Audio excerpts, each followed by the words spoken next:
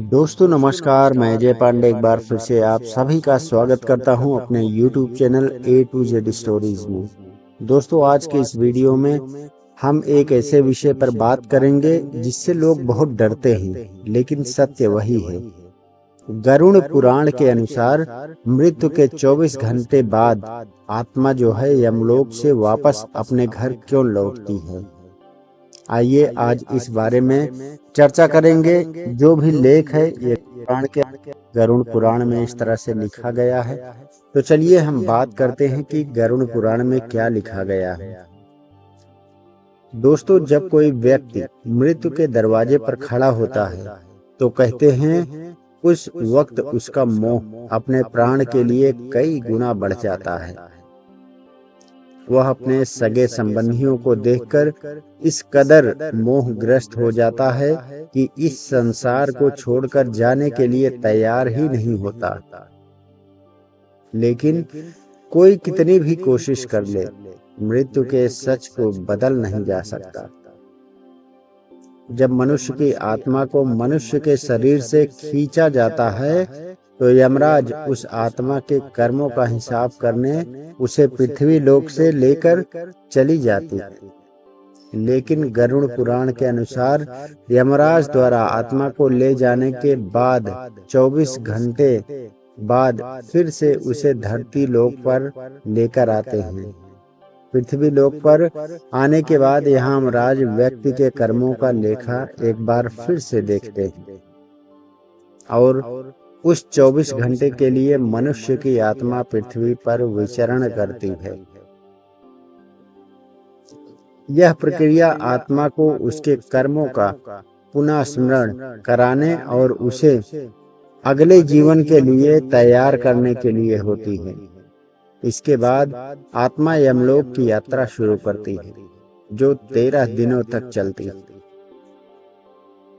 गरुड़ पुराण के अनुसार आत्मा को पृथ्वी पर वापस लाया जाता है ताकि वह अपने परिजनों और प्रियजनों को देख सके। इस समय के दौरान आत्मा अपने परिवार के आसपास रहती है और जो कुछ भी हो रहा है उसे देखती और सुनती है। वो अपने होने का एहसास अपने रिश्तेदारों को कराने का प्रयास करती है, लेकिन इसमें वो सफल नहीं हो पाती है। मृतक की आत्मा अपने शरीर में प्रवेश करने की कोशिश भी करती है, लेकिन यमदूत के पाशा में बंधे होने के कारण वह मृत शरीर में प्रवेश नहीं कर पाती है। हिंदू धर्म में किसी के मरने के बाद उसकी 13वीं की जाती है। यदि 13 दिनों तक वो सारे संस्कार निभाए जाते हैं जिससे आत्मा आसानी से इस संसार का मोह त्याग कर यमलोक जा सके और अपना नया जीवन प्राप्त कर सके।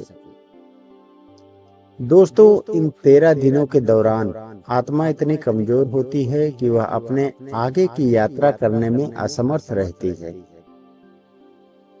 जब 11वें और 12वें दिन उसका पिंडदान और 13वें दिन उसका जरूरी संस्कार हो जाता है तो आत्मा को बल के साथ साथ सूक्ष्म शरीर भी मिल जाता है और वह आगे की यात्रा यानी कि यमलोक के लिए निकल जाती है।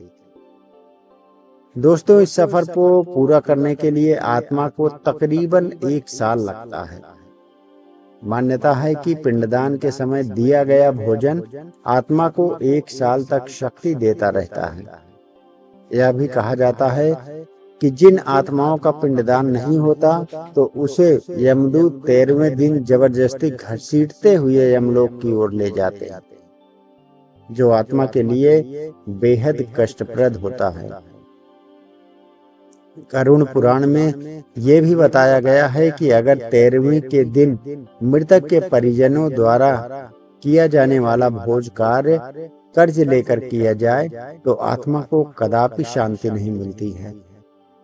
तो दोस्तों आपको हम यही सलाह देना चाहते हैं कि कभी भी अपने परिवार में किसी की भी मृत्यु हो जाए तो आप अपने किसी सगे संबंधी या किसी रिश्तेदार से किसी भी प्रकार का उधार लेकर आत्मा का अंतिम संस्कार और 13वीं संस्कार करने के लिए कभी भी किसी प्रकार का उधार न लें और न ही किसी से कोई सहयोग ले, अन्यथा आत्मा को शांति नहीं मिलेगी और वह धरती पर ही भटकती रहेगी। इसी के साथ आज हम इस वीडियो में एक और चर्चा करेंगे। बेहद रहस्यमयी है परकाया प्रवेश की प्रक्रिया। जानिए इसमें किस प्रकार एक आत्मा एक शरीर से दूसरे शरीर में प्रवेश करती है।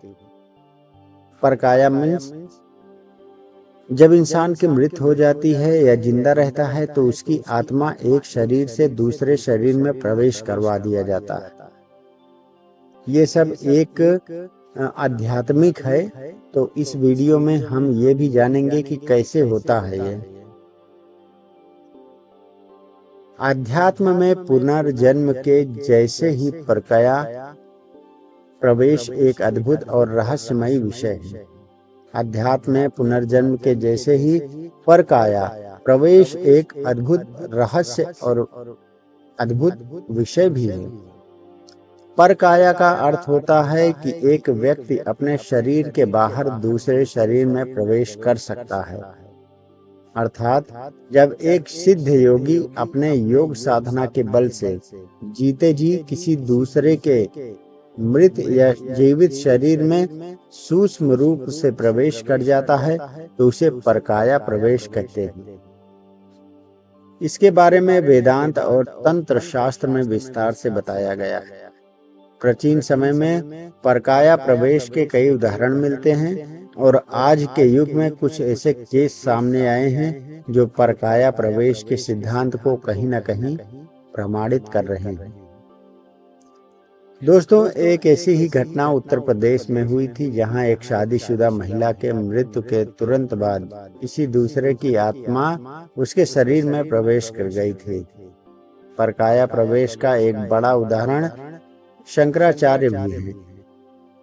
जब उनका एक विदुषी महिला भारती से शास्त्रार्थ हुआ था, उन्हें काम शास्त्र के विषय को लेकर शास्त्रार्थ बीच में ही रोकना पड़ा था, क्योंकि उस विषय पर शंकराचार्य जी जानकारी और अनुभव शून्य था। इसलिए उन्होंने इस विषय पर ज्ञान और अनुभव प्राप्त करने के लिए समय मांगा। इस समयावधि में उन्होंने अपने सूक्ष्म शरीर को एक राजा के शरीर में प्रवेश करवाया और राजा का जीवन जीकर काम शास्त्र का ज्ञान प्राप्त किया। और इस दौरान उनके स्थूल शरीर की सुरक्षा उनके शिष्य ने की थी। शंकराचार्य ने जैसे ही ज्ञान प्राप्त कर लिया, वे अपने असली शरीर में लौट आए और फिर भारती से चर्चा करके उनको शास्त्रार्थ में पराजित किया। दोस्तों, परकाया प्रवेश सरल नहीं है। परकाया प्रवेश ध्यान योग, ज्ञान योग और योग निद्रा द्वारा संभव हो सकता है। कोई सिद्धहस्त योगी, संत, महात्मा अथवा सिद्ध पुरुष ही योग क्रियाओं के द्वारा परकाया प्रवेश कर सकता है। परकाया प्रवेश का सिद्धांत इस बात पर आधारित है कि मानव शरीर दो प्रकार का शरीर है। एक स्थूल शरीर जो दिखाई देता है और दूसरा सूक्ष्म शरीर जो दिखाई नहीं देता है। शास्त्रों के अनुसार सूक्ष्म शरीर की लंबाई अंगूठे के बराबर है और यह इतना अधिक पारदर्शी है कि प्रकाश भी उसके आर पार जा सकता है। कुछ जानकारों ने आकाश, तेज और वायु इन तीन तत्वों को सूक्ष्म शरीर माना है और प्रेत का शरीर भी इन्हीं तीन तत्वों से मिलकर बना होता है। मृत्यु के समय जीवात्मा इस स्थूल शरीर से अलग होकर सूक्ष्म शरीर में ही जाता है। सूक्ष्म शरीर की गति मन के वेग के समान तीव्र होती है। परकाया प्रवेश की प्रक्रिया में यह सूक्ष्म शरीर ही एक स्थूल शरीर को छोड़कर दूसरे स्थूल शरीर को धारण करता है। दोस्तों, शास्त्रों में काया प्रवेश की प्रक्रिया का वर्णन शास्त्रों और वेदों में परकाया प्रवेश के अलग अलग तरीके बताए गए। अष्टांग योग के अनुसार इंद्रियों को नियंत्रित करके साधक के सूक्ष्म शरीर को अन्य किसी जीवित अथवा मृत शरीर में प्रवेश करवाया जाता है। वहीं योग वशिष्ठ के अनुसार रोचक प्राणायाम के लगातार अभ्यास के बाद अन्य शरीर में आत्मा का प्रवेश किया जा सकता है। शंकराचार्य जी ने इस बारे में यह बताया है कि यदि सौंदर्य लहरी के 27वें क्रमांक का श्लोक नित्य 1 सहस्त्र बार जप कर लिया जाए तो परकाया प्रवेश की सिद्धि प्राप्त की जा सकती है। तंत्र शास्त्र में यह बताया गया है कि आकाश तत्व की सिद्धि के बाद परकाया प्रवेश संभव होने लगता है। हेचरी मुद्दा का सतत अभ्यास और इसमें पारंगत होने पर परकाया सिद्धि प्रक्रिया में अत्यंत प्रभावशाली सिद्ध हो सकता है। इन सब के अतिरिक्त भी कई और तरीके हैं जो अलग अलग शास्त्रों में बताए गए हैं, जिसको हम विस्तार से किसी अन्य वीडियो में चर्चा करेंगे। तो दोस्तों, आज हमने 2 चीजों के बारे में बात की कि मृत्यु के 24 घंटे के बाद शरीर जो धरती पर आता है उसमें क्या क्या होता है, और उसके बाद परकाया प्रवेश क्या होती है, जिसमें आत्मा जो है सूक्ष्म आत्मा हमारी एक शरीर से दूसरे शरीर में प्रवेश करती है। जानकारी आपको कैसे लगी हमें कमेंट में अवश्य बताएं, और अगर अच्छी लगी हो तो मित्रों में भी शेयर करें, जिससे कि उनको भी इन 2 नई चीजों के बारे में जानकारी प्राप्त हो सके। मिलेंगे एक नई वीडियो में एक नई रोचक जानकारी के साथ दोस्तों।